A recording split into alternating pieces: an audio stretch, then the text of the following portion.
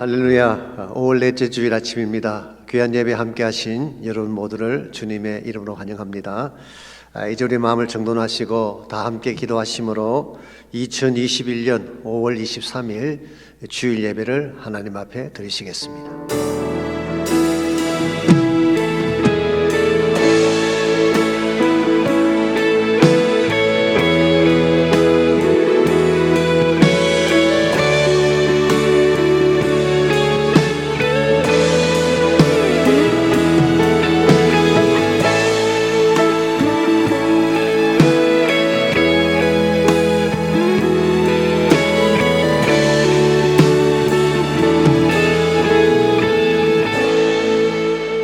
하늘에서는 주 외에 누가 내게 있으리요 땅에서는 주밖에 내가 사모할 리 없나이다.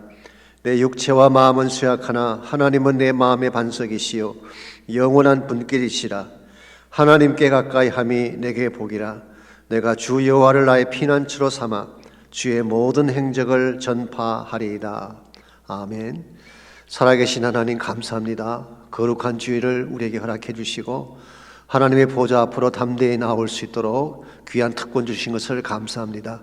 우리의 심령을 다하여 전심을 다하여 드려지는 이 예배가 하나님께 큰 영광이 되게 하여 주시옵고 우리 모든 심령이 새롭게 변화받는 거룩한 아침 되게 하여 주옵소서. 예수님의 이름으로 기도하옵나이다. 아멘.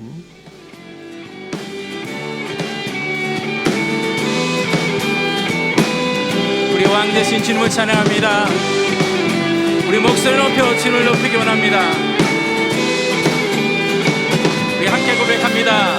나는 주만 높이리 결코 내 맘 변치 않네. 세상 모든 권세 모든 영광 십자가 앞에 다 버리고 나의 충성과 내 헌신 내 모든 소망 오직 예수 나무에 달려 죽으신 그분께 오직 우리 주께 내 믿음 소망 찬양 받기 합당한 분 또 오직 만왕의 왕께 엎드려 경배하며 모두 드리리. 오직 우리 주께 내 믿음 소망 찬양 받기 합당한 분 또 오직 만왕의 왕께 엎드려 경배하며 모두 드리리. 나를 지으시고 아버지 되시며 나를 구원하사 하늘에 상 주신 오직 우리 주님께 다 찬양하리.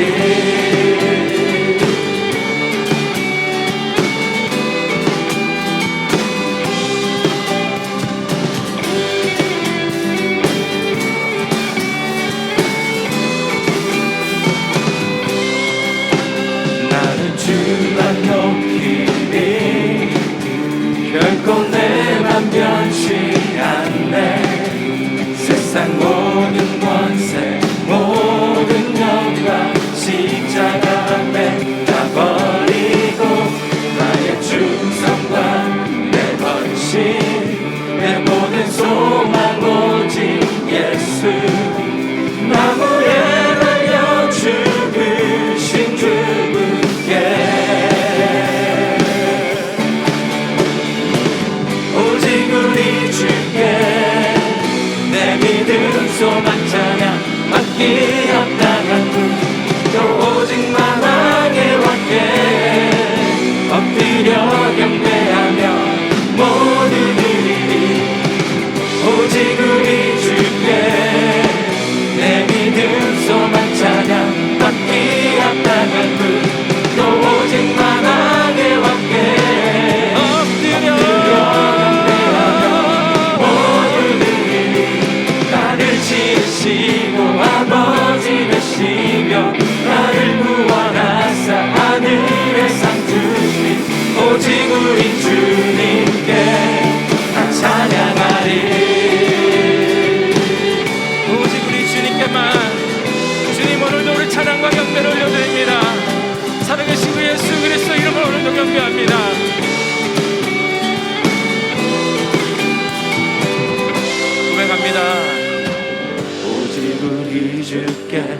오직 우리 주께 오직 우리 주께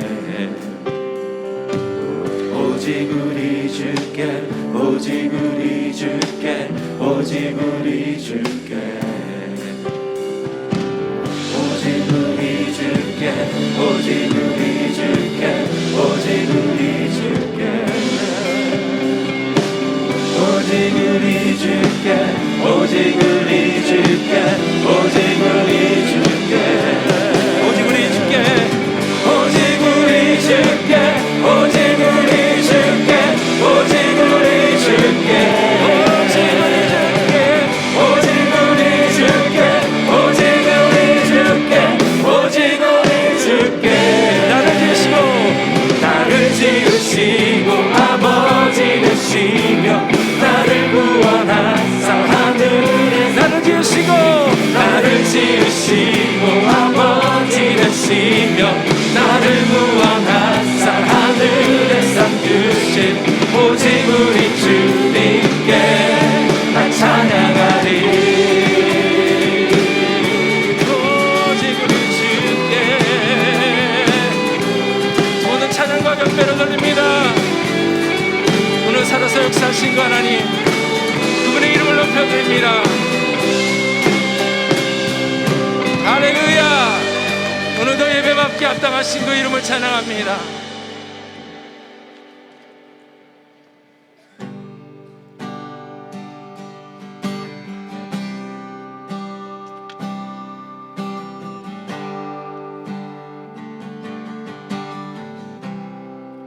모든 상황 속에서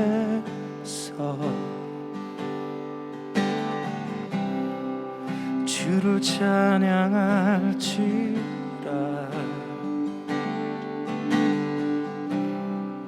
주는 너의 큰 상급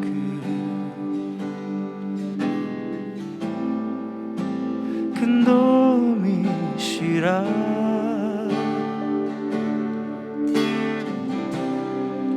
주의 얼굴 구할 때 주의 영을 부사 크신 사랑 안에서 주를 보게 하소서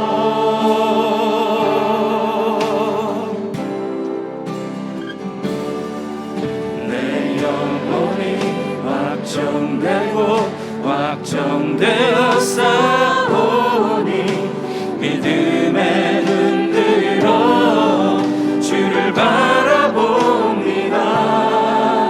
내 영혼이 확정되어 싸우니 믿음의 눈 들어 주를 바라봅니다.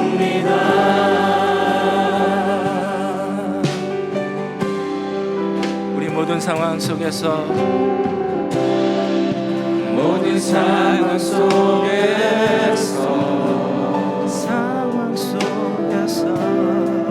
주를 찬양할지라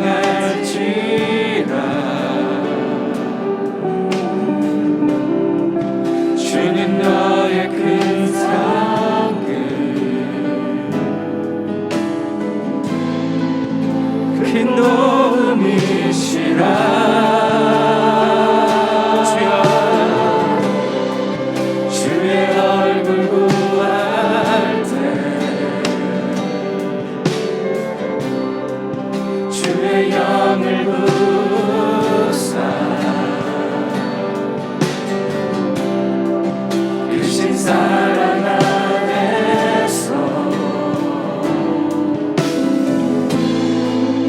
주를 보게 하소서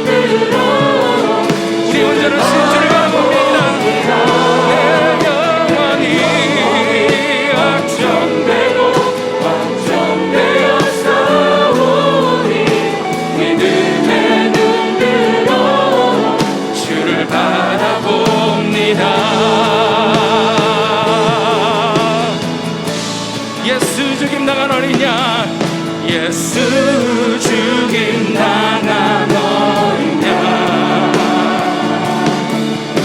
예수 모든 이름 위에 뛰어난 이름, 영원히 찬송받기 합당한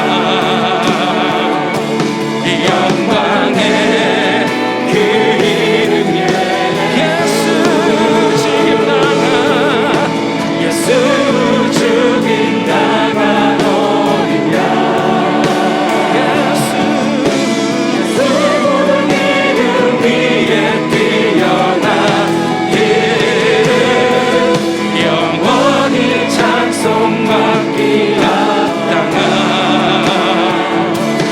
영광의 그 이름 예수.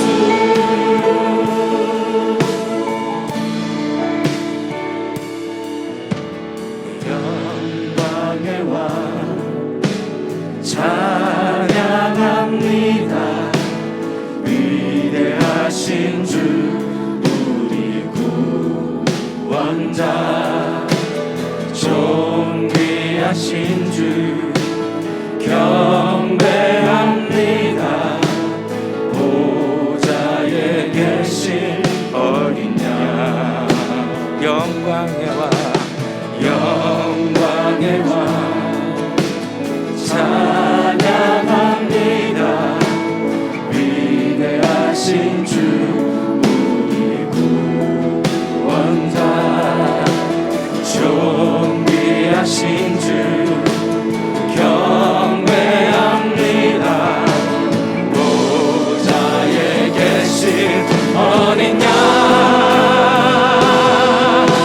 예수 죽임당한 어린 양, 오 예수, 예수 모든 이름 위에 뛰어난 이름, 영원히 찬양받기 합당한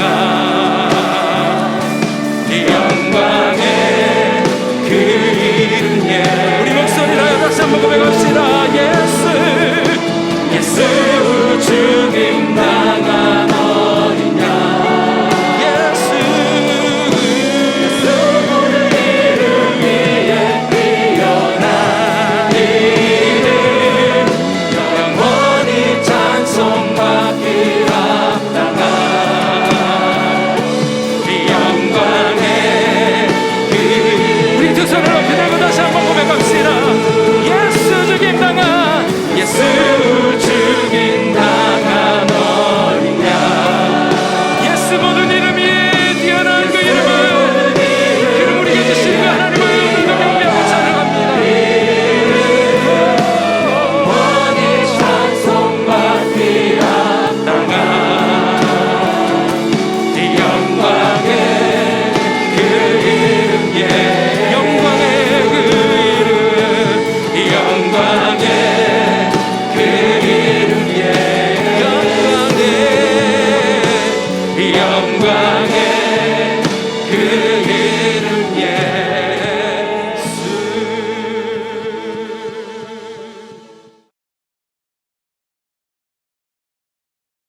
사랑과 은혜의 하나님, 한 주간도 제 삶에 동행해 주시고 환경과 여건 붙들어 주셔서 이렇게 주의 성전에서 마음과 정성으로 주님을 예배케 하시니 감사합니다.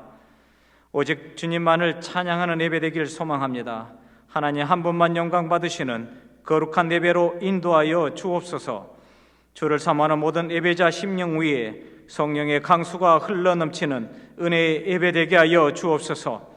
죄로 인해 심판받아 마땅한 저희에게 돌이킴의 은혜와 회복의 긍휼을 허락하여 주시니 감사합니다. 선한 양심을 가지라. 이는 그리스도 안에 있는 너희의 선행을 욕하는 자들로 그 비방하는 일에 부끄러움을 당하게 하려 함이라. 주님 배울 그날까지 이 선한 양심 붙들고 끝까지 믿음으로 승리하는 저희 모두 되게 하여 주옵소서. 육체의 남은 시간 동안 오직 하나님의 뜻을 삶으로 살아내길 소망합니다. 그것이 전도요 선교인 줄로 믿습니다.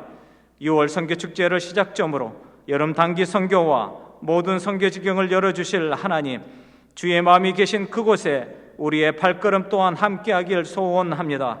이 어두운 세상 복음의 빛으로 살게 하시고 복음의 심긴 곳과 복음이 박해받는 그 땅을 위해 기도하는 공동체 되게 하여 주옵소서. 여름학교 VBS와 다음 세대 대학 청년부를 주님의 강하고 오른손으로 붙들어 주옵소서. 세상의 타협과 사소한 욕심 때문에 옳은 길을 외면하지 않게 하시고 의를 위해 고난받는 길이라도 선한 양심 붙들고 기꺼이 감당하며 걷는 믿음의 인생들 되게 하여 주옵소서. 양무리와 주의 몸된 교회가 강한 공동체로 세움받길 소망합니다.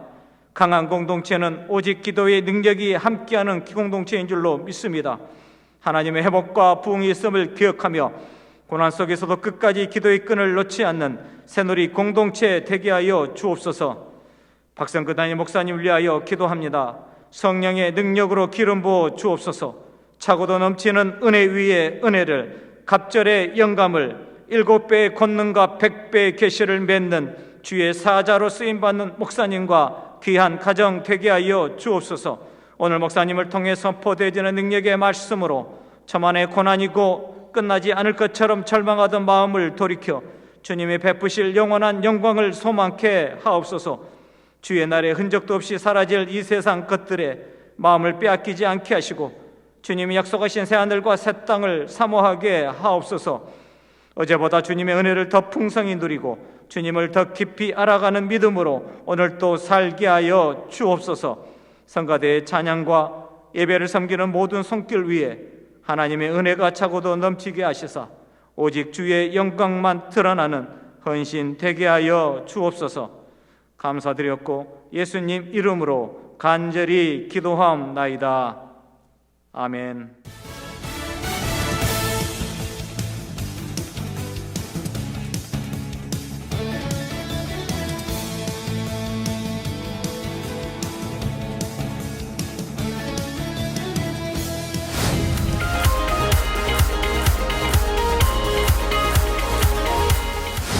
2021년 여름 단기 선교에 많은 기도와 후원으로 함께 참여하시는 성도님들께 감사드립니다.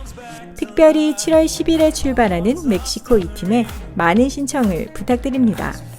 팀장인 민원기 집사를 중심으로 홍로경 선교사가 사역하는 멕시코 엔세나다 지역에서 사역하게 됩니다. 또한 오는 6월 18일부터 금요 기도회 직후에 본당에서 여름 단기 선교를 위한 중보 기도회가 있습니다. 모든 단기 선교 신청자들은 물론 기도 후원자들도 함께 동참해 주시기 바랍니다.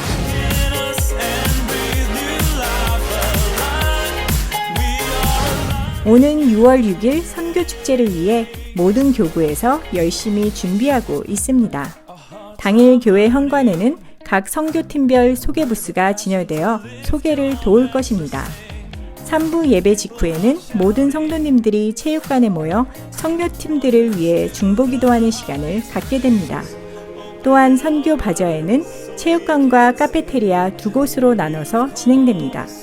실외 장소인 플라자에는 간단한 음식을 드실 수 있도록 테이블들이 준비될 것입니다. 선교 바자회의 모든 수익금은 전액 선교를 위해 사용됩니다. 선교를 후원하는 기쁜 마음으로 모든 BSBC 성도님들의 참여를 부탁드립니다.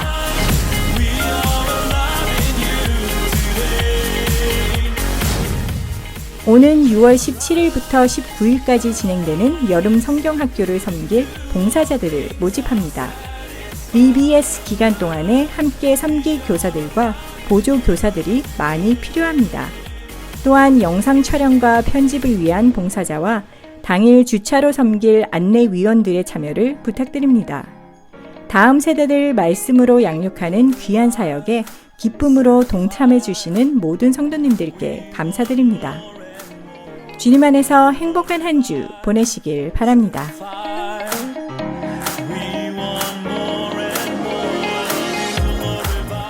귀한 예배 함께 하신 여러분 모두를 다시 한번 주님의 이름으로 환영합니다.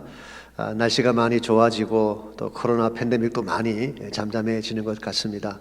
또 교회 나오시는 분들의 얼굴도 날마다 새롭게 이렇게 늘어나고 있습니다. 여러분 모두를 환영하고 또한 축복합니다. 또한 처소에서 각 가정에서 온라인에서 예배하시는 모든 분들에게도 동일한 축복과 은혜가 넘치시기를 바랍니다. 광고에서 보신 것처럼 이제 6월 6일 선교 축제가 있습니다.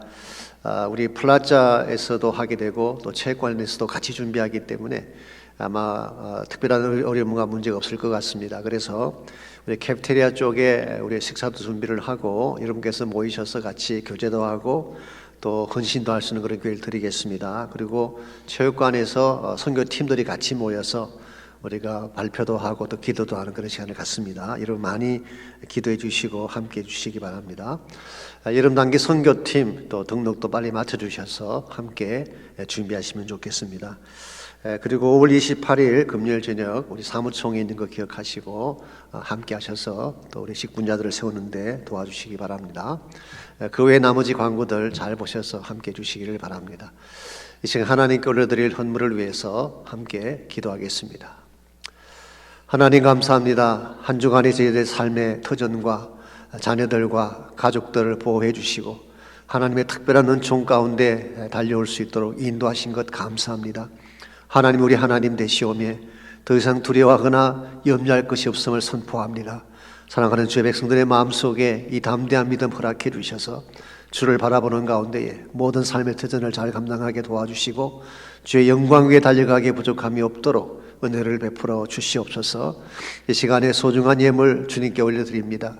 11조와 감사의 헌물과 선교를 위해 드려진 모든 헌물을 축복하셔서 주의 영광 위에 서임받게 하시고 하나님이 모든 물질의 근본됨을 선포하고 주를 신뢰하는 가운데 살아가는 우리 모두에게 축복하여 주옵소서. 예수님의 이름으로 기도하옵나이다. 아멘.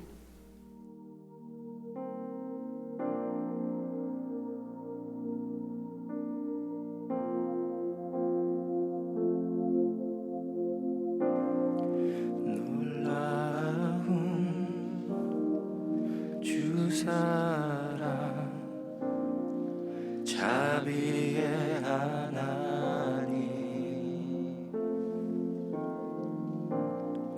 주보혈로 죄인 된 나 자녀 삼으셨네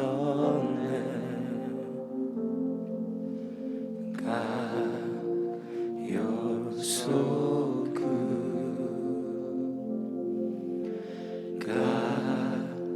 You're so good, God. You're so good. You're so good to me. 보아라 주 십자가 온 세대 가운데 죽은 자를 살리시며 죄인 구하시네 God, you're so good. God, you're so good. God, you're so good. You're so good to me.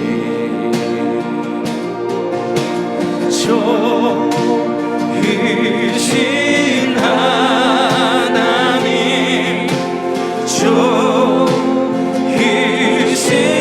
하나님, 참 좋으신 나의 하나님,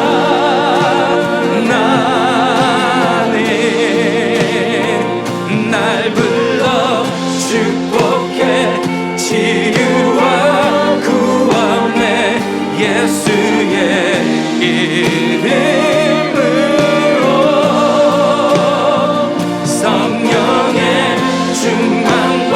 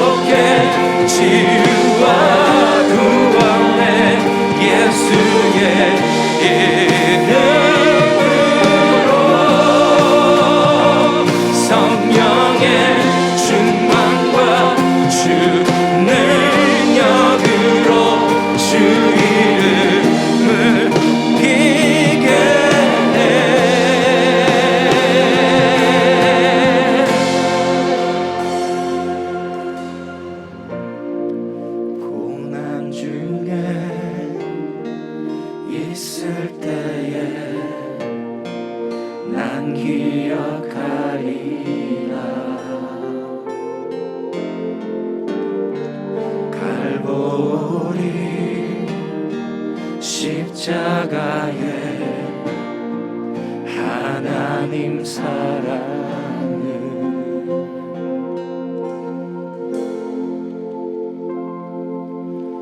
God, you're so good. God, you're so good. God, you're so good. You're so good to me. Oh God, you're so good. God, you're so good. God, you're so good. You're so good to me. 좋으신 하나님, 좋으신 하나님, 좋으신 하나님, 참 좋으신 나의 하나님. 좋으신 하나님, 좋으신 하나님, 좋으신 하나님, 참 좋으신 나의 주 하나님. 날 불러 축복해 치유와 구원해 예수의 이름으로 성령의 충만과 주 능력으로 그 이름을 높이게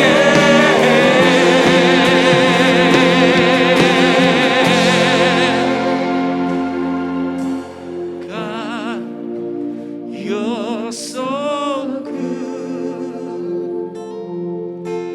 God, you're so good.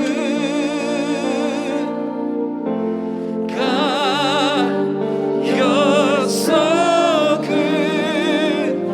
You're so good to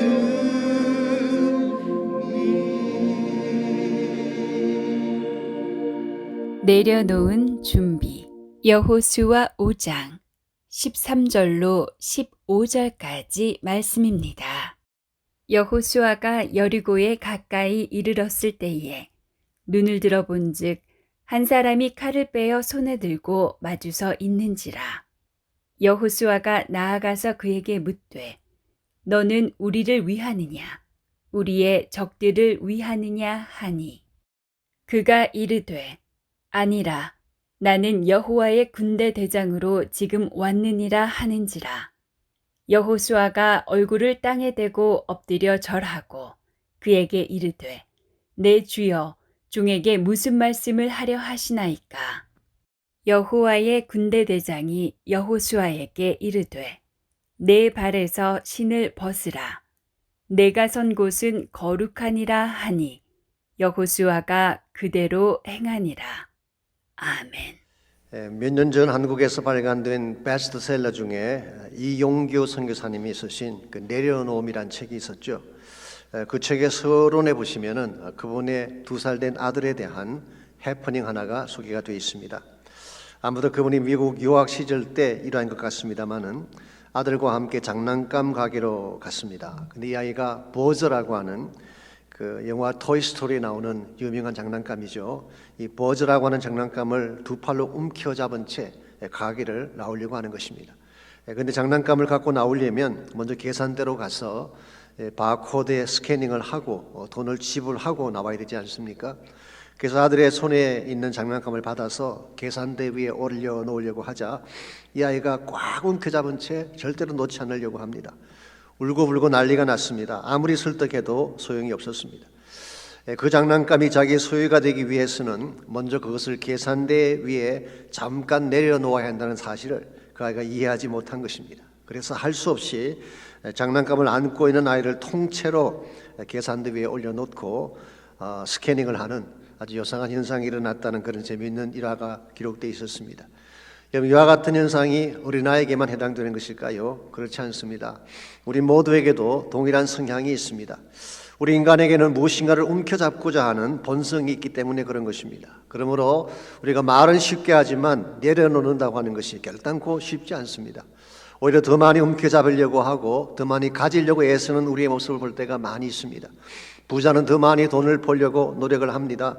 정치가는 더 많은 권력을 갖기 위해서 투쟁을 하죠. 명예를 가지고 있는 사람은 더 높은 인기를 얻기 위해서 온갖 수단을 동원하며 살지 않습니까? 그러나 많이 움켜잡는다고 더 행복해지는 것일까요? 실제는 그렇지 않습니다. 오히려 더 불안하고 더 갈급해지고 더 큰 압박감 속에 마음의 평강을 누리지 못하는 것입니다. 그래서 영국의 사상가인 존 러스킨이 이런 말을 한 적이 있습니다. 소유가 늘 때마다 근심도 늘어난다, 이런 말을 했어요. 즉 많이 가질수록 행복지수가 높아지는 것이 아니라 근심지수가 높아진다, 그런 뜻입니다. 이런 면에서 참으로 지혜로운 사람은 자신의 것을 내려놓을 줄 아는 사람입니다. 힘들지만 자아를 내려놓을 때 마음의 평안이 주어지게 되는 것이고, 나의 것을 내려놓을 때에 실제로는 하나님이 더 큰 축복으로 채워주시는 것입니다. 이런 의미에서 비움의 삶, 내려놓음의 삶은 대단히 중요한 것인데, 이와 같은 삶을 실천할 때에 하나님의 나라의 비전도 이룰 수가 있게 되고 하나님 기뻐하시는 축복도 우리 모두가 누리며 살아갈 수가 있습니다. 여러분과 제가 하나님 나라 백성으로서 하나님이 더 큰 비전을 이루기 위해서 내가 내려놓아야 될 것들이 무엇이며 어떻게 할 때 그것을 내려놓을 수 있을지 주신 본문을 중심으로 이것을 함께 나누려고 합니다. 오늘 같이 읽은 본문에 보시면 여호수아가 전쟁을 시작하기 전에 했던 마지막 준비에 대한 말씀이 기록이 되어 있습니다. 13절을 보시면 여호수아가 여리고에 가까이 이르렀을 때에 눈을 들어 본즉 한 사람이 칼을 빼어 손에 들고 마주 서 있는지라 그랬습니다. 지난주에 다뤄드린 것처럼 이스라엘 백성들과 여호수아가 할례와 유월절을 지켰습니다. 영적인 준비를 잘 했죠. 이제는 전쟁을 하기 위해서 여호수아가 여리고 평지를 향해 가고 있습니다. 아마 지금 그의 머릿속에는 온통 전쟁에 대한 전략과 군세력에 대한 생각으로 가득 차 있을 가능성이 많습니다. 그랬는데 자기 앞에 어떤 한 사람이 칼을 빼들고 서 있는 것입니다. 이것은 주관적인 생각이나 환상을 의미하는 것이 아니라 실제로 눈앞에 한 사람이 등장을 한 것입니다. 그때 여호수아는 두려워했습니다. 왜냐하면 이 사람이 칼을 들고 선 이유가 무엇인지 확실치 않았기 때문이죠. 혹시 기억나실지 모르지만 민수기 22장에 보면 이와 유사한 장면 하나가 기록되어 있죠. 거기는 발람이라고 하는 거짓 선지자의 케이스가 나오고 있습니다. 이 발람은 이스라엘 백성을 저주하기 위해서 돈을 받고 가던 도중이었는데 그때 여호와의 사자가 칼을 들고 길 한가운데 서 있는 장면이 있었어요. 물론 처음에는 보지 못했지만 나중에 보게 된 것이죠. 그때 칼을 들고 선 여호와의 사자는 이 발람을 치기 위해서 서 있던 것입니다. 그러므로 이것은 심판의 칼이라고 말할 수가 있습니다. 그랬는데 오늘 본문에 보니까 여호수아 앞에 또 한 사람이 칼을 들고 서 있는데 여호수아 입장에서는 이 칼을 든 사람이 어떤 존재인지 확인할 수가 없습니다. 그래서 물었습니다. 여호수아가 나아가서 그에게 묻되 너는 우리를 위하느냐 우리의 적들을 위하느냐 물었어요. 당신이 누구냐는 것입니다. 누구를 위해 이것이 온 것이냐라고 물은 것이죠. 영어 성경 봤더니 NLT는 이렇게 번역을 해놓았어요. Are you friend or foe? 당신은 우리의 친구입니까? 우리의 대적입니까? 그렇게 물었어요. 그때 이 사람이 자기 자신을 여호와의 군대 대장으로 소개를 하고 실상 여호수아를 돕기 위해 온 사실을 밝히고 있습니다. 그러므로 오늘 본문에 나오는 이 케이스는 심판의 칼이 아니라 도움의 칼을 들고 온 케이스라고 할 수가 있겠습니다. 그러면서 15절에서 대단히 중요한 명령 하나를 내리게 되죠. 내 발에서 신을 벗으라고 명령을 했습니다. 이 여호와의 사자가 여호수아에게 신발을 벗으라는 것입니다. 여러분, 신발을 벗는다고 하는 것은 고대 사회에서 권리를 포기하고 노예가 되는 것을 말합니다. 고대 사회의 노예들은 신발을 신지 않은 채 맨발로 다녔습니다. 그러므로 이것은 비천함과 종속을 상징하는 것입니다. 사무엘하 15장 30절에 보면 흥미로운 표현 하나가 나오죠. 언젠가 말씀드렸던 다윗의 케이스인데요, 압살롬의 반란으로 쫓겨났을 때에 머리를 가리우고 맨발로 울면서 갔다고 기록을 했습니다. 이 표현은 다윗이 가진 모든 특권을 박탈당하고 권리가 없는 상태에서 빈손 들고 갔다, 그런 뜻입니다.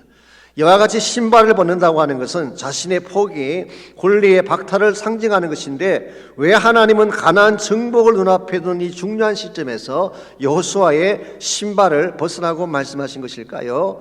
그 이유는 너의 것을 비워내지 아니하면 하나님의 능력이 함께할 수 없기 때문이다, 그런 설명이었어요. 사실상 가나안 전쟁은 여호수아의 칼로 이길 수 있는 전쟁이 아니었습니다. 아니, 온 이스라엘 칼을 다 합친다고 하더라도 결단코 가나안 칠족을 정복하는 것은 가능하지 않았습니다. 그래서 하나님께서 직접 칼을 들고 돕기 위해 오신 것이죠. 이건 대단히 큰 축복이 아닐 수가 없습니다. 만약 하나님께서 이스라엘과 함께 하셔서 직접 칼을 가지고 휘두르신다면 누구도 대적할 자가 없을 것입니다. 그런데 이와 같이 하나님이 전쟁에 개입하셔서 칼을 들고 모든 전쟁을 치러주기를 원하신다면 반드시 먼저 선행돼야 될 전제가 하나 있습니다. 그 전제가 뭘까요? 너가 먼저 신발을 벗고 너의 모든 것을 내려놓아야 한다는 것입니다. 나를 비우지 아니하면 하나님의 능력이 임할 수가 없습니다.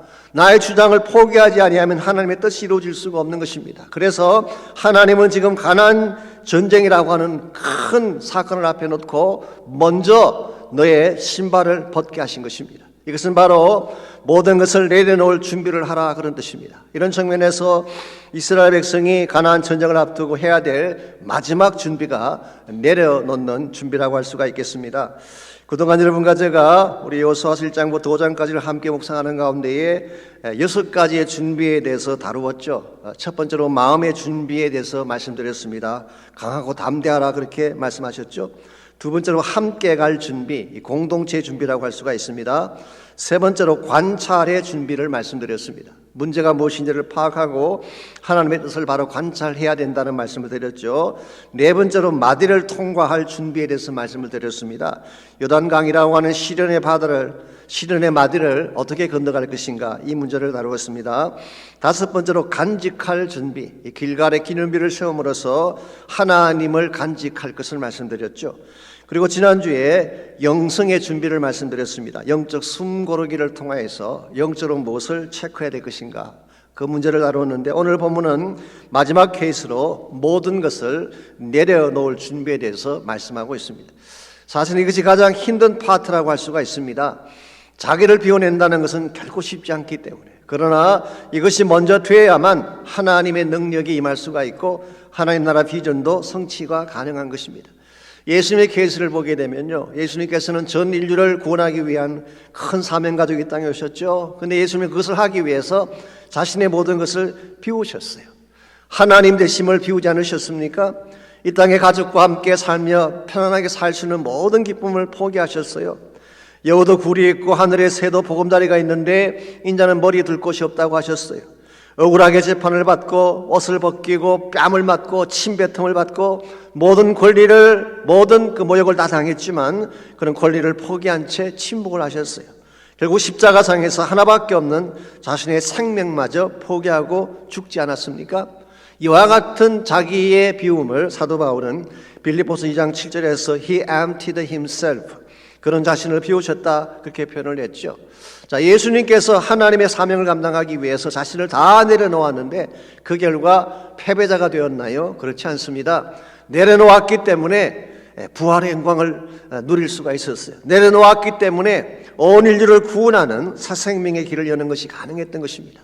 이와 같이 우리가 진짜 해야 될 소중한 사역이 있다면 먼저 내려놓는 것이 필요한 것입니다. 저는 교회가 부흥하는 것도 마찬가지라고 생각을 합니다. 세상 것을 비워내야지 신령한 축복이 임하는 것이지, 세상적인 것으로 가득 차 있는데 어떻게 거룩한 역사가 일어날 수가 있겠어요? 우리 개인도 마찬가지 아닙니까?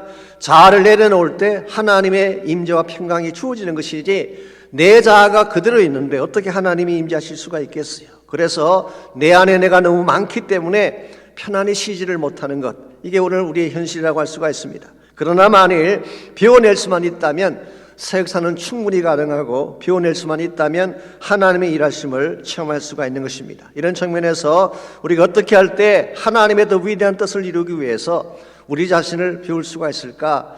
우리를 비우려면 과연 무엇이 필요한지 오늘 본문을 중심으로 함께 정리해 보려고 합니다. 먼저 첫 번째로 자신을 비움으로 하나님의 뜻을 이루려면 영적인 대면이 필요합니다. 하나님을 직접 대면에 만나지 아니하면 절대로 자신을 내려놓을 수가 없다, 그런 뜻입니다.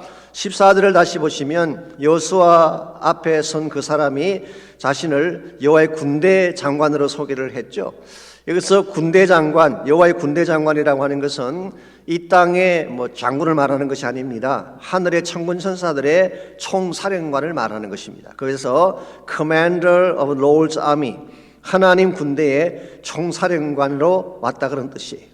그래서 많은 분들이 이 사람을 아마 천사장이나 미가엘 같은 존재가 아닌가 생각을 하지만, 그러나 오늘 14절을 끝까지 읽어보시게 되면 그러한 존재 이상인 것 같습니다. 왜냐하면 여호수아가 그분 앞에 보인 자세가 이러했기 때문이죠.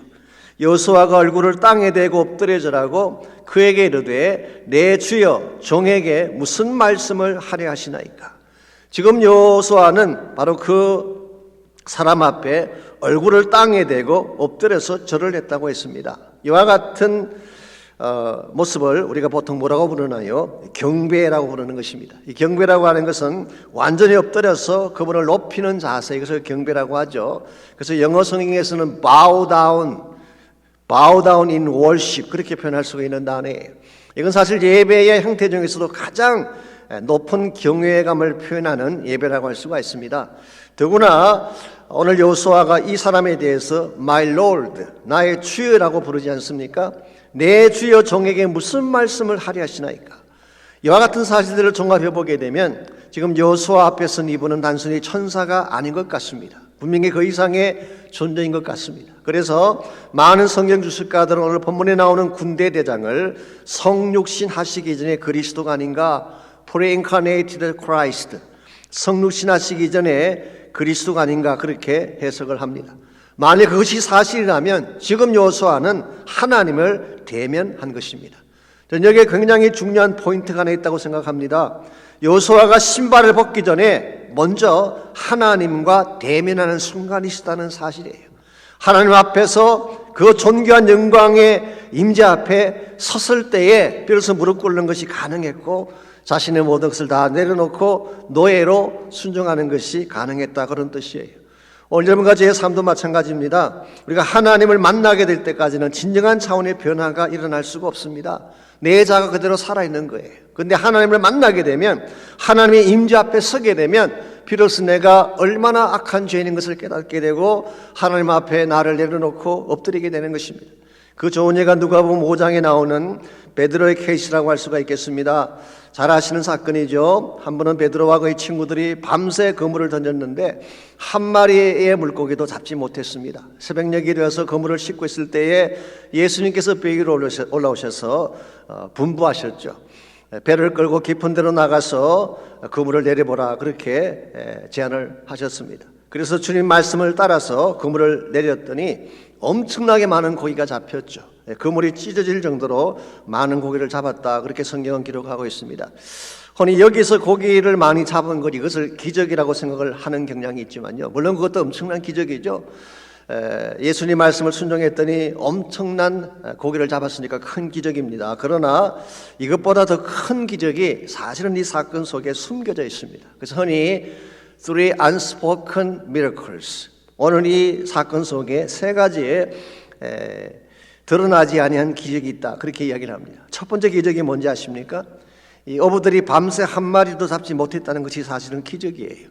이 고기잡이를 하다 보면 잘 잡히는 날도 있고 적게 잡는 날도 있겠지만요, 한 마리도 못 잡는 날은 있을 수가 없습니다. 갈릴리 바다의 모든 고기가 소풍이라도 갔습니까? 이 한 마리도 잡히지 않았다는 것은 하나님 무엇인가를 행하기 위한 어떤 세령을 말하는 것이죠. 그래서 그것은 unspoken miracle. 두 번째로 평생 어부로 살아온 베드로가 목수 출신인 예수님 말씀을 듣고 그물을 던졌다는 것 자체가 기적입니다. 일반적으로요, 전문직에 있는 사람은 다른 사람 말을 잘 듣지 않습니다. 내가 다 안다는 의식 때문이죠. 근데 다른 직종에 있는 사람이 나의 직업에 대해서 훈수를 한다, 이거 들을 수가 없는 것입니다. 그랬는데 평생을 갈릴리 바다에서 잔뼈가 굵어져온 베드로가 목수 출신의 한 사람의 말을 듣고 그물을 던졌다는 게 기적이에요. 무엇보다 큰 기적이, 세 번째 기적이 이것입니다. 이렇게 해서 베드로가 고기를 잡았습니다. 정말 배 가득 차도록 고기를 잡았어요. 그랬는데 이 모든 고기를 다 내버려 두고 예수님을 따라갔다는 사실이 기적이에요.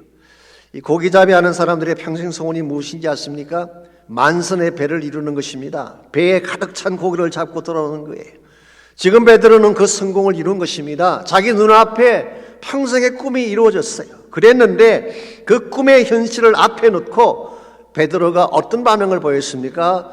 주여 나를 떠나가십시오. 나는 죄인입니다. 그렇게 고백을 하고 지금까지 잡았던 모든 고기와 배를 다 내버려 두고 예수님을 따라갔다는 거예요. 일반적인 상식으로는 이해가 가지 않습니다. 불가능한 것입니다. 어떻게 천신만고 끝에 이룩한 성공을 내버리고 예수님을 따라 나설 수가 있겠어요? 이 밤에, 이 새벽에 베드로가 이와 같은 결정을 하게 된 이면에는 딱 한 가지 이유가 있습니다. 그것은 지금 자기 앞에 선 이분이, 즉 예수님이 그냥 평범한 분이 아니라 하나님의 아들이라는 사실을 알았기 때문에, 하나님 앞에 서게 되면 내 실체가 보이는 거예요. 하나님 앞에 서게 되면 나의 모든 것을 다 내려놓을 수 있게 되는 것입니다. 이런 측면에서 여러분과 제가 진실로 나의 모든 것을 내려놓기를 소원한다면 먼저 하나님 임재 앞에 나가야 돼요. 그분의 하나님 되심 앞에 나를 다 내어드릴 때에 하나님이 진짜 내 인생 가운데 주인 되어 일하기 시작하시고, 그분이 주인 되어 일하기 시작하시면 참된 차원의 회복과 변화가 일어나게 되는 것입니다. 제가 지난 주간에 어떤 장로님 한 분하고 식사를 할 기회가 있었는데요, 이분이 코로나 기간 동안 경험했던 여러 가지 감정들을 나누어 주셨어요. 사실 이분은 좀 멀리서 오시는 그런 분이신데요, 이번에 코로나 기간 동안에 우리 예배가 막혀 있으니까 예배를 드릴 수가 없지 않습니까? 그래서 이분이 주일마다 정장을 하고 교회 앞까지 차를 타고 오셔서 이 차 안에서 화면을 보면서 예배를 드렸다고 합니다. 물론 집에서 예배 드릴 수도 있고 온라인 예배냐 오프라인 예배냐 이건 뭐 그렇게 중요한 것은 아닙니다. 제가 중요하게 생각하는 것은 그만큼 하나님을 사모했다는 것이죠. 하나님 만나는 걸 그렇게 열망했다는 것입니다. 그리고 새벽 3시만 되면 일어나서 선교를 위해 기도하고, 그래서 지난 수십 년 동안 오직 하나님 한 분만 바라보고 사모하며 살아오셨는데, 이번에 코로나 기간 동안에도 동일한 일을 행했더니 하나님께서 어떤 역사를 주셨는지 아십니까? 지난 1년 동안 아시는 대로 대다수의 사업체가 다 문을 닫았는데요, 또 우리 다운타운에 있는 공장들도 다 문을 닫지 않았습니까? 그랬는데 하나님이 이 사업체만은 열어주셨어요. 시리에서 꼭 필요로 하는 제품을 만드는 공장이기 때문에 문을 닫겠다고 했는데도 불구하고 시리에서 퍼밋을 먼저 내주어 가지고 그 퍼밋을 문 앞에 붙여놓고 문을 열고 공장을 가동하게 만들어 주었대요. 그래서 첫 2주간만 빼고 지금까지 합법적으로 일을 하면서 이 어려운 시기에 더 많은 사실 수입도 만들고 또 많은 축복도 누리게 되는 그런 감정을 제가 들었어요. 여러분, 참된 의미에서의 키는 하나님이에요. 우리에게 가장 소중한 분이 하나님인데 그 하나님을 깊이 만나고 체험하게 되면 다른 건 다 따라오는 것입니다. 우리에게 상처가 있다고 할지라도, 걱정이 있다고 할지라도, 염려가 있다고 할지라도 하나님을 진짜 만나고 나면 그거 다 내려놓을 수 있게 돼요. 그때 내 마음속에 평강이 찾아오고 참된 차원의 기쁨이 주어지는 것입니다. 그러므로 정말 여호수아가 그렇게 했던 것처럼 우리 모두가 하나님 앞에 엎드리는 경배의 시간이 참으로 중요합니다.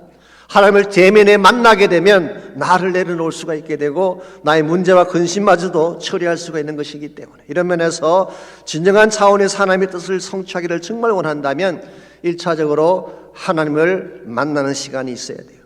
두 번째로 자신을 비움으로 하나님의 뜻을 이루려면 사명을 확신해야 됩니다. 나에게 주어진 사명이 무엇인가, 이게 분명해야지 나를 내어드릴 수가 있는 것입니다. 15절을 계속 보십시오.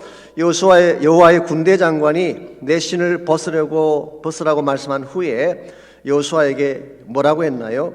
내가 선 곳은 거룩하다, 그런 말씀을 했어요. 여러분 지금 여호수아가 서 있는 곳이 어딘지 아십니까? 호렙산입니까? 아닙니다. 시내산 아니에요. 성막을 세우던 곳 아닙니다. 사실은 오늘 본문의 문맥을 보게 되면 여리고 평지에 서 있는 것입니다.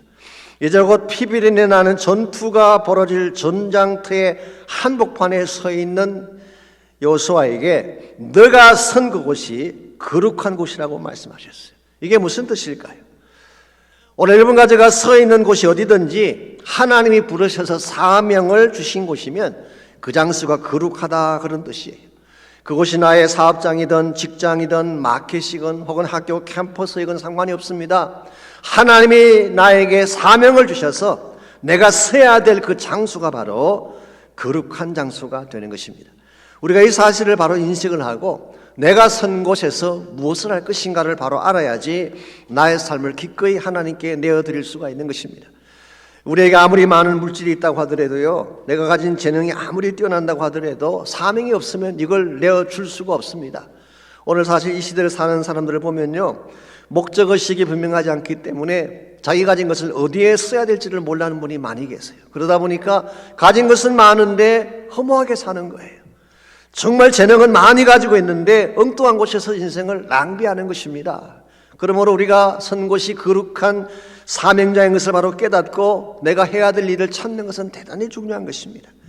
제가 몇 년 전에 신문에 보니까 리오나 햄슬리라고 하는 호텔 업계의 거물에 대한 기사 하나가 난 것을 보았어요. 그분이 여자분이신데요, 물론 지금은 세상을 떠나셨습니다. 그런데 이분이 세상을 떠나면서 그 엄청난 자기 유산을 자기의 애완견인 트러블이라고 하는 개에게 다 남기고 죽었다고 합니다.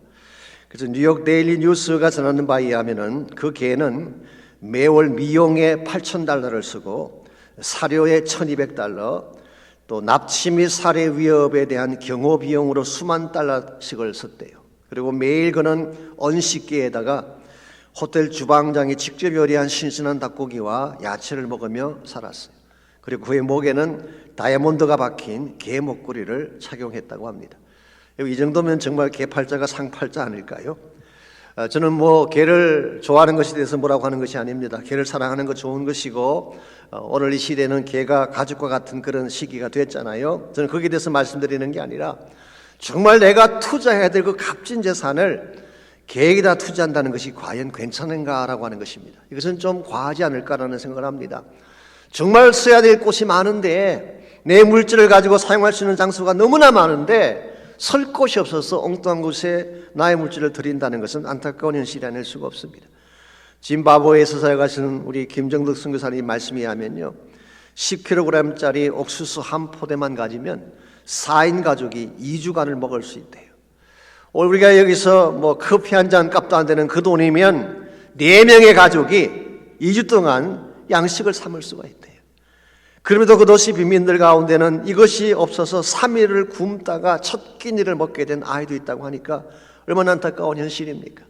이와 같이 정말 나의 물질을 필요로 하는 곳이 많은데 내가 사명감만 가진다면 행할 일들이 너무나 많은데 내가 해야 될 사명을 찾지 못해서 나의 물질, 나의 시간을 웨이스트 한다면 이건 안타까운 현실이라는 것입니다. 오늘 사실 우리 인생이 핍절해가는 이유는요, 가진 것이 없어서가 그런 것이 아닙니다. 아무리 많은 것을 가져도 해야 할 바른 사명이 없기 때문에 인생이 허무해지고 가치 없게 되는 것입니다. 이런 면에서 하나님이 나에게 주신 것이 무엇이든 그걸 가지고 바른 사명을 이행하려고 할 때 내 삶을 기꺼이 드릴 수가 있게 되는 것입니다. 그래서 로렌 커닝햄 목사님은 이런 말씀하신 적이 있습니다. 오직 하나님께 드린 것만 영원히 남는다. 지금 내가 가지고 있는 것 아무리 많아도 하나님께 드리지 않는 것은 영원하게 남지 않아요. 은행의 잔고가 아무리 많아도 그건 내가 세상 떠날 때 다 넣고 가야 되는 것입니다. 그런데 하나님의 나라를 위해서 진짜 가치 있는 일을 위해 사용했던 물질은 하늘나라의 금고에 영원히 채워진다 그런 뜻이에요. 실제로 마태복음 6장 19절 20절에서 예수님께서 이렇게 말씀하셨지 않습니까? 너희를 위하여 보물을 땅에 쌓아두지 말라. 거기는 좀과 동록이 해하며 도둑이 구멍을 뚫고 도둑질하느니라. 오직 너희를 위하여 보물을 하늘에 쌓아두라. 거기는 좀이나 동록이 해하지 못하며 도둑이 구멍을 뚫지도 못하고 도둑질도 못하느니라 그랬어요.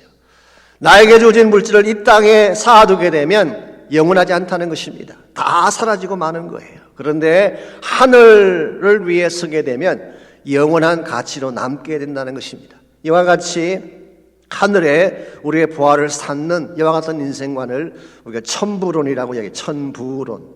하늘나라의 부자가 되는 삶이죠. 한때 한국에서 유행했던 깨끗한 부자가 되자 해서 청부론이라고 하는 이론이 있었는데요. 이 청부론과 천부론은 다른 것입니다. 청부론 귀한 것이긴 하죠. 불법 행하지 않고 깨끗하게 돈 벌어서 부자가 되는 거 참 귀한 것입니다. 그러나 단순히 깨끗하게 돈을 벌었다는 것만으로 충분하지 않다는 거예요.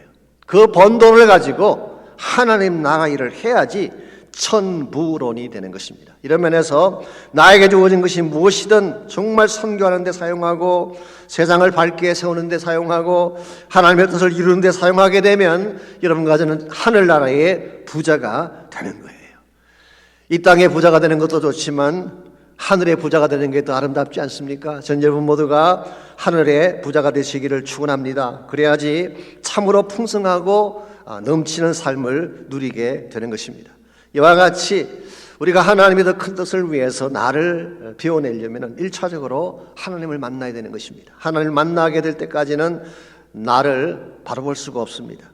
두 번째로 나의 사명을 알아야 됩니다. 무엇을 위해 살 것인가를 확실히 해야지 나의 것을 비우고 사용할 수가 있게 되는 것입니다. 그런데 또 한 가지 중요한 것이 있습니다. 그것은 바로 하나님의 능력을 확신하는 것. 이것이 있어야지 하나님의 그 큰 뜻을 위해 살아갈 수가 있습니다. 여호수아는 자기의 능력이 아니라 하나님의 능력으로 체험받는 것이 소중하다는 것을 알았기 때문에 15절 마지막 부분에서 이렇게 그의 행동을 묘사하고 있습니다. 여호수아가 그대로 행하니라 그랬어요. 이 말은 다른 말로 표현하면 신발을 실제로 벗고 맨발로 행했다 그런 뜻이에요. 철저하게 하나님의 주권을 신뢰하고 그분만 의지하고 행군한다라고 하는 뜻입니다. 여러분 기억하실지 모르지만요, 우리가 여호수아서를 처음 시작할 때 다뤘던 구절입니다. 여호수아서 1장 3절을 보시면은 애초에 하나님이 여호수아에게 하신 약속이 있습니다. 1장 3절이 이렇게 기록되어 있습니다. 내가 모세에게 말한 바와 같이 너희 발바닥으로 밟는 곳을 모두 내가 너희에게 주었다 그랬어요. 여러분 그 본문을 자세히 보시기 바랍니다. 신발로 밟는 땅이 아니에요. 발바닥으로 밟는 모든 땅. 즉 인간이 만든 인위적인 모든 것을 다 벗어버리고 인간 스스로 자신을 지키겠다는 보호막을 다 내려놓고 맨발로 하나님만 바라보고 땅을 밟을 때 그때 그 땅을 너에게 주겠다는 약속이에요. 여러분 우리가 하나님만 의지하고 맨발로 간다는 거 쉽지 않죠. 위험하기도 하고 불안하기도 할지 모르겠어요. 그러나 하나님이 여러분과 저에게 맨발로 가라고 말씀하실 때는 하나님의 것으로 채워주실 계획이 있기 때문에 그런 것입니다. 하나님은 온 우주 만물을 다 가지신 분입니다. 그분에게는 부족한 것이 없어요. 하나님이 여러분과 저에게 내려놓으라고 말씀하실 때는 하나님이 가지신 더 큰 것을 주실 용기가 있기 때문에 내려놓으라고 말씀을 하신 것입니다. 그러므로 정말 나의 욕망을 내려놓으면 하나님이 꿈을 심어주시는 것입니다. 나의 능력을 포기하면 하나님의 기적을 심어주시는 거예요. 나의 모든 가치를 다 내려놓게 되면 영원한 천국의 가치를 누릴 수 있도록 축복하는 것입니다. 이런 의미에서 여러분과 제가 정말 하나님이 내려놓으라고 할 때 내려놓을 수 있는 용기를 갖고 하나님께서 나의 주인됨을 고백하고 정말 순종하는 자세로 맨발로 주를 따르게 된다면 여러분이 생각하는 것 이상의 놀라운 역사를 경험할 수가 있게 되고 하나님 사회지의 새로운 일들을 이룰 수가 있게 되는 것입니다. 제가 자주 인용해드린 분 중에 그 YM을 창시하셨던 그 로렌 크니맥 목사님, 그분이 선책 중에 내 신발을 벗으라고 한 책이 있습니다. 사실 그 책의 서론 부분에 보시면은 이분이 왜 YM 예수전도단의 그 사역을 하게 됐는가라고 하는 그 근본 동기가 거기에 나와 있습니다. 사실 이분은 그 제법 큰 교단에서 목회하던 평범한 목사님이셨죠. 목회에 대한 나름대로의 계획도 있었고 또 이분의 고모 되시는 분이 굉장히 부자였습니다. 그래서 함께 투자를 해서 큰 사역을 만들어 보자고 하는 제안도 들어온 그런 상태에 있었습니다. 그랬는데 기도하는 중에 하나님이 비전을 보여주시는데 그것은 초교파적인 사역이었어요. 교단을 넘어서서 선교단체를 만들고 온 세계 열방을 향해 사역하라고 하는 그 음성이 들려왔습니다. 그래서 자기가 가지고 있는 모든 계획을 다 내려놓고 또 고모가 오프했던 그 모든 투자 계획도 다 거절을 하고 하나님의 뜻을 이루기 위해서 순종하기 시작했습니다. 그랬더니 교단에서 쫓아냈어요. 초계파적이라겠다고 하니까 쫓아낼 수밖에 없죠. 두 번째로 이 고모의 제안을 거절했더니 재정적인 지원줄이 다 끊어진 것입니다. 그래서 이제 남은 것은 딱 그 폭스바겐이라고 하는 자동차 한 대하고 자기 와이프 달린이라는 자기 부인밖에 없었습니다. 그래서 이분이 자신이 가진 모든 짐을 그 차에다 싣고 부인과 함께 캘리포니아로 달려오던 중에 사막을 통과하던 중에 너무 피곤한 나머지 깜빡한 사이에 차가 뒤집혀지고 만 것입니다.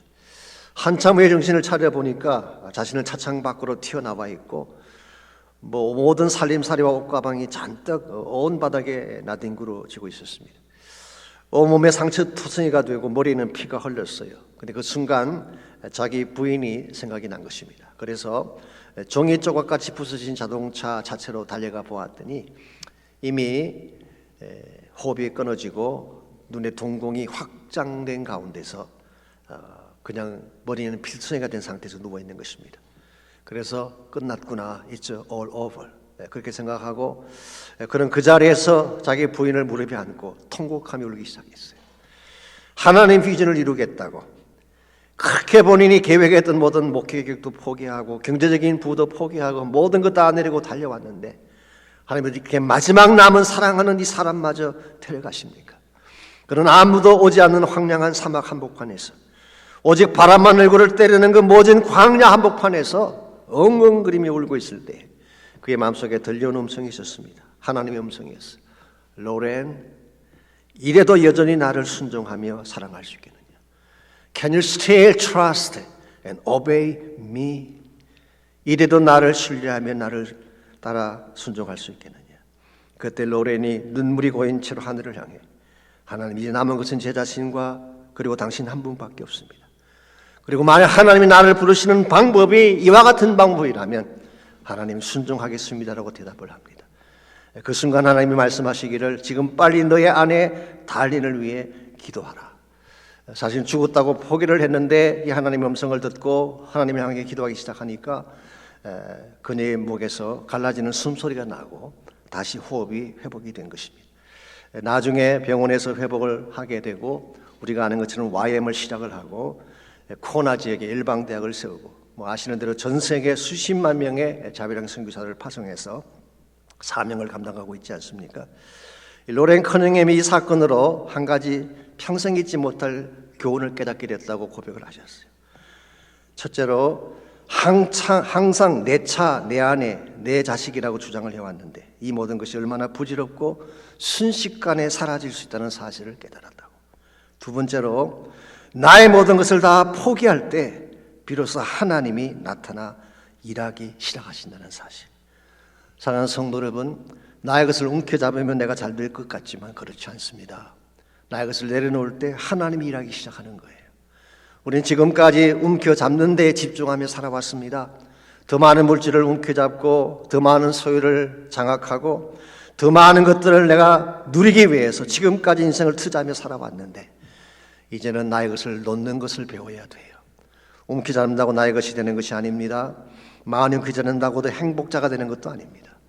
내려놓을 때 하나님의 평강이 내 마음속에 찾아오게 되고 내려놓을 때에 하나님의 비전이 내 심령 속에 새겨지게 되고 내려놓을 때 나의 능력이 아니라 하나님의 능력이 나를 장악해서 주의 거룩한 사명을 이룩하게 하는 것입니다. 이런 면에서 오늘 아침 여러분 모두가 내가 내려놓아야 될 것이 무엇인지를 기억하고 내려놓는 기도를 드리시기를 바랍니다. 혹시 여러분의 물질이 내려놓아야 될 대상이라면 그것을 내려놓으십시오. 나의 주장이나 나의 자존심이나 나의 영광이나 나의 명예라면 그것도 여러분 내려놓으시기를 바랍니다. 심지어 과거의 나의 아픔이나 상처나 지우지 못한 과거의 분노 같은 것이 혹시 나의 마음을 붙잡고 있다면 그것마저도 내려놓으시고 오직 하나님 한 분만이 당신 삶의 주권자가 되도록 기도하시기를 바랍니다. 그리고 하나님의 능력이 내 마음을 채울 수 있도록 하나님의 능력을 구하며 기도하십시오. 성령의 능력이 나의 마음 가운데 가득 차서 하나님의 인격을 담게 하시고 하나님의 능력을 행사하게 도와주시고 주의 나라 비전을 이루는데 거룩하게 쓰임받는 내 인생이 될 수 있도록 기도하시기를 바랍니다. 한 번 사는 인생이지 않습니까? 하나님 우리에게 한 번 살 수 있는 귀한 인생의 길을 주셨는데 이 인생을 낭비해서 되겠습니까? 주의 나라 위에 그 영광 위에 그 비전 위에 살 수 있도록 여러분 자신 자체를 헌신하며 드리며 기도하면 좋겠습니다. 이 시간 제가 기도하고 마무리하겠습니다. 살아계신 하나님, 우리에게 한 번 살 수 있는 인생 주신 것 감사합니다. 그러나 그 인생 여정 속에 참나의 주인 되신 하나님 만나게 하시고 그분 안에 있는 참 비전을 보게 하신 것 감사합니다. 그 영광 위에 달려갈 수 있는 우리가 되게 하시고 언젠가 주 앞에 섰을 때에 하나님 나라의 부유한 자가 되어서 설 수 있도록 우리 모두를 축복해 주시고 서거질 세상 위에 달려가는 것이 아니라 주의 부르심의 영광 위에 달려갈 수 있는 우리 모두 되게 하여 주옵소서. 살아계신 예수님의 이름으로 기도하옵나이다. 아멘.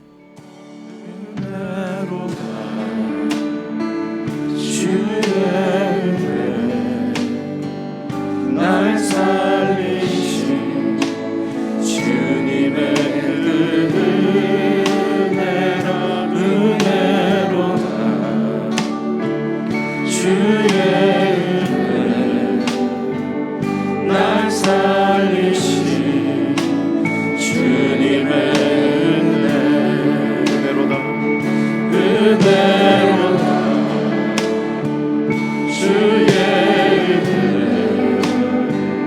날 살리신 주님의 은혜로다. 주의 날 살리신 주님의 은혜.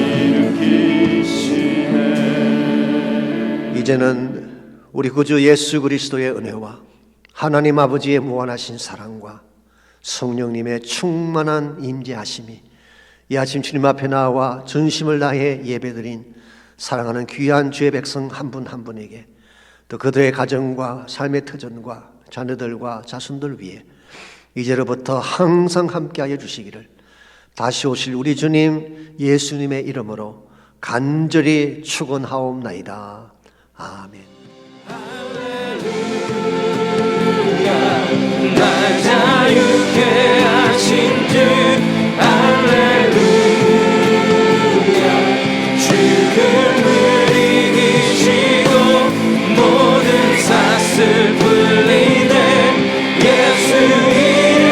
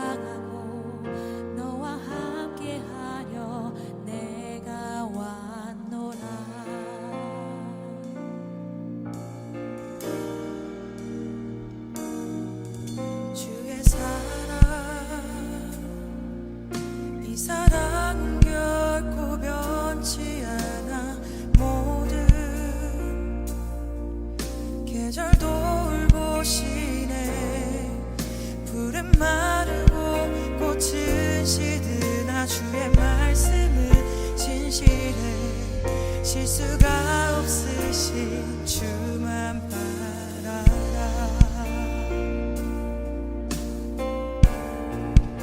주님의 나라와 뜻이 나의 삶 속에 임하시